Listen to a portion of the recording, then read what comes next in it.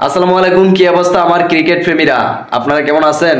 আশা করি আল্লাহর রহমতে ভালো আছেন। আমিও ভালো আছি। তবে আমি অনেক দিন ধরে আপনাদের মাঝে আসতে পারি নাই, কারণ আমার ব্যক্তিগত কাজ ছিল। প্রায় একটা মাস ধরে আসতে পারি নাই, ভিডিও বানাইতে পারি নাই, মজাও করতে পারি নাই। আসলে এদিকে কিন্তু বাংলাদেশের বিপিএল চলতেছিল, চমৎকার লেভেলের বিপিএলটা এবার কিন্তু মিস করছি আমি। আসলে অনেক বিপিএল খেলা দেখা হয় নাই, লাস্ট পর্যন্ত আজকের ম্যাচটা দেখছি। এর ভিতরে অনেক ঘটনা ঘটে গেছে।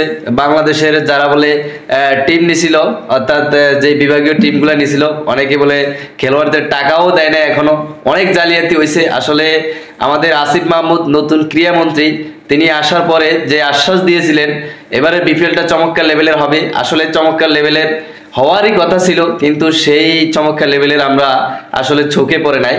আর যাও হয়েছে মোটামুটি, তাও খেলোয়াড়দের টাকা টুকা দেয় নাই। আসলে এটা খুবই দুঃখজনক বিষয়। তবে আসিফ মাহমুদ আজকে মনে হয় একটা সংবাদ সম্মেলন করেছিল, সেখানে মোটামুটি একটা আশ্বাস দিছে।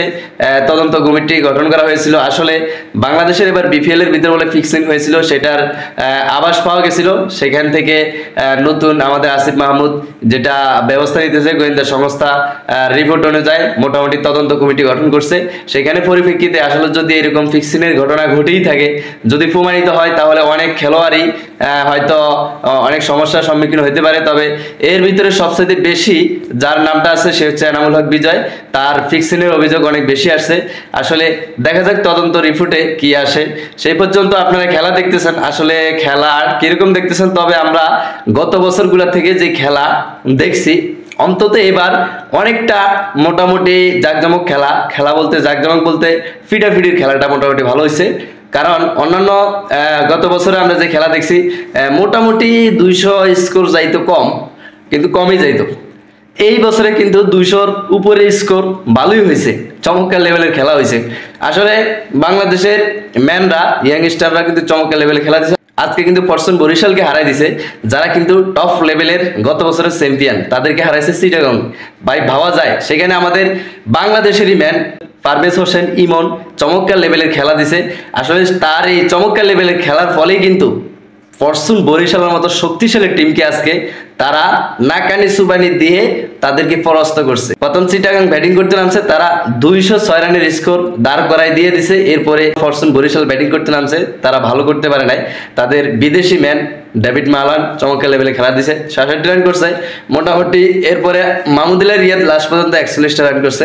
যাই হোক, তাদের কিন্তু পুরোপুরি A to Z তাদের সব ব্যাটার, তারপরে কিন্তু আজকে তাদেরকে হারাই দিছে। আসলে এটা চিটাগাংয়ের জন্য খুব ভালো একটা প্লাস পয়েন্ট। যাই হোক, 1 এবং 2 নম্বরে আছে, খেলা হবে। এর পরবর্তীতে সম্ভবত সেমিফাইনাল খেলা হবে, সেখান থেকে আপনাদের মাঝে আলোচনা হবে, মজা হবে। আর এদিকে লাস্ট পর্যন্ত দেখা যাক এবারও কি ফরচুন বরিশাল কাপটা নেয় কিনা। যেই মিলে তারা টিম সাজাইছে, লাস্ট পর্যন্ত তারাই মনে হয় কাপ নেওয়ার দাবিদার। দেখা যাক লাস্ট পর্যন্ত কি হয়। চিটাগাং চমৎকার লেভেলে যদি দেশি খেলোয়াড়রা ভালো করতে পারে এরকম, তাহলে একটা কিছু করা সম্ভব। তো শুভকামনা রইল সব 4টা দলের জন্য। সেমিফাইনাল খেলা হবে, সেমিফাইনাল খেলা থেকেই ফাইনালে গিয়ে পৌঁছাবে। লাস্ট পর্যন্ত কারা কাপটা নেবে, সেই পর্যন্ত সুস্থতার সাথে আপনারা খেলা দেখবেন। আমি আছি আপনাদের সাথে, ইনশাল্লাহ কনভারসেশন হবে আপনাদের মাঝে। তো সেই পর্যন্ত ভালো থাকবেন, সুস্থ থাকবেন। আজকের ভিডিও এই পর্যন্ত, আল্লাহ হাফেজ।